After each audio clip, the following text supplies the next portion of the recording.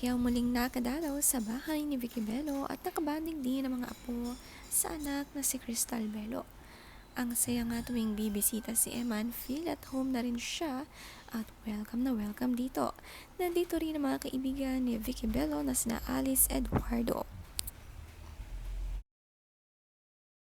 Habang tumatagal nga ay lalong pumupogi itong si Eman Pacquiao at tuwing nakasuot ng mga ganitong damitan ay ang lakas talaga ng kanyang appeal.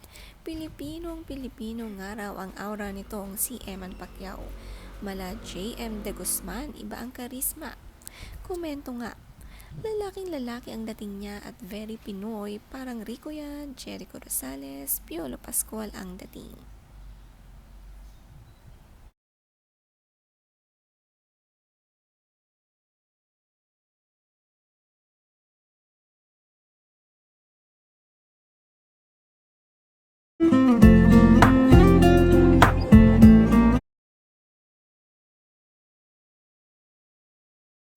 Parang second mom na nga ni Eman si Vicky Bello at naging malapit na talaga sila sa isa't isa.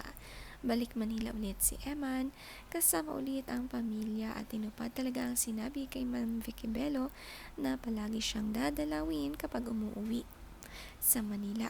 Maraming ang energy sa pagtra-travel ang pamilya ni Eman at kasama lagi ang kanyang bunsong kapatid.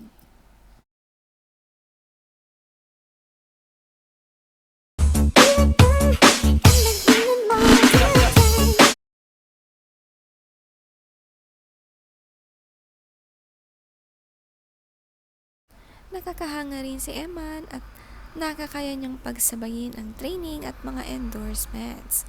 21 years old pa lang pero ang daming ang ganap sa buhay at marami ng pinagdaanan.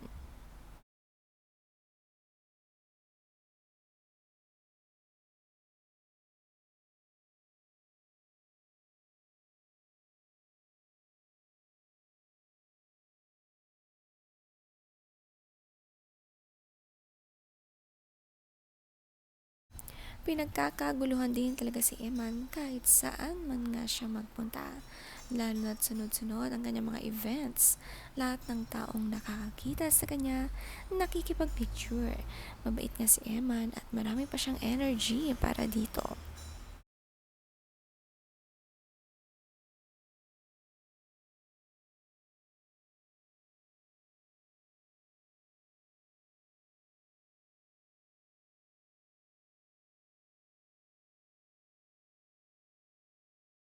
Medyo closer po. Natatakot kasi ako. Namit din naman ni Eman Pacquiao ang ating Miss Grand International na si Miss Emma Tiglao. Edad 31 years old nga siya pero tila magkaedad lamang sila ni Eman na parehong nasa 20s lamang. Nag-meet nga sila sa unang hirit at very gentle nga ni Eman sa kanya. Ang laki nga ng respeto niya sa mas mga nakakatanda.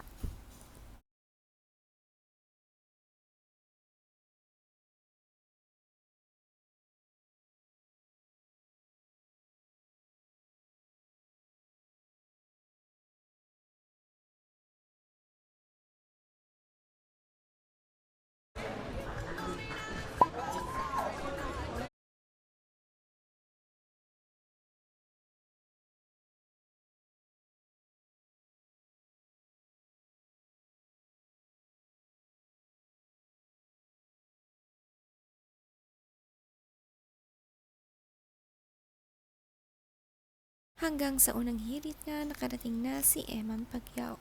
Sunod-sunod ang mga interviews, TV shows, hindi nga kasi nakakasawa ang isang Eman Pacquiao.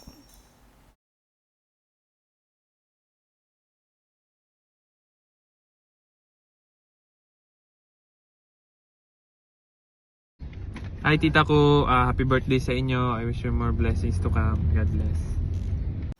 Nagbibigay din siya ng shoutout sa mga nagre-request sa kanya at binibigyan din ng mga video greetings.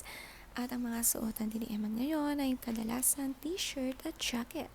Parami na nga ng parami ang kanyang mga OOTD.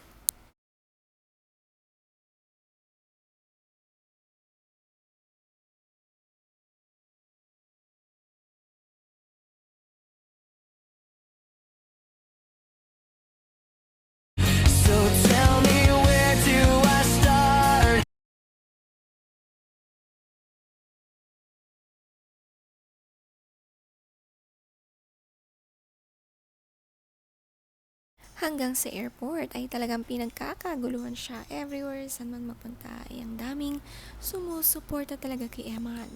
Mabilis nga kasi siyang i-approach ng tao dahil mabait at nakikipag-usap talaga siya. Madalas ding puro smile at ngiti si Eman. At ang mga staff ng airport ay talagang hindi pinalampas na magkaroon ng picture kay Eman. Nagkakatuwa rin ang pamilya ni Emma na palaging kasama at nasa likuran nga si Mami Joanne.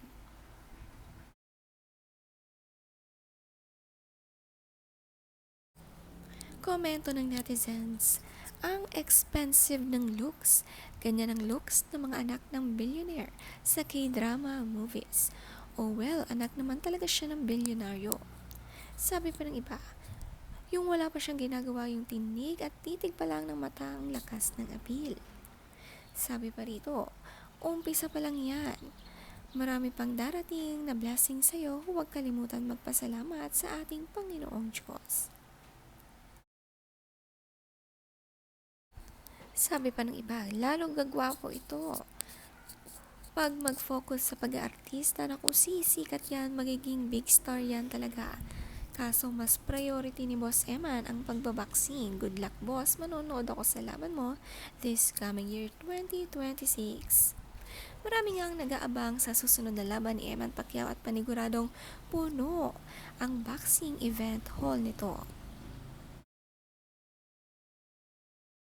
Ang mga tao nga ay nagbigay ng kani-kanilang mga advice kay Eman. Sabi dito, deserve mo yan kasi mabait kang anak, stay humble ka lang lagi dahil yan ang gusto ng mga tao sa'yo, Eman. Sabi pa rito, sa kabila ng lahat ng pinagdaanan, nang walang ama sa tabi, sa lahat ng hirap gumawa ng sariling pangaran, sa langaran, hindi mo akalaing sisikat ng ganito.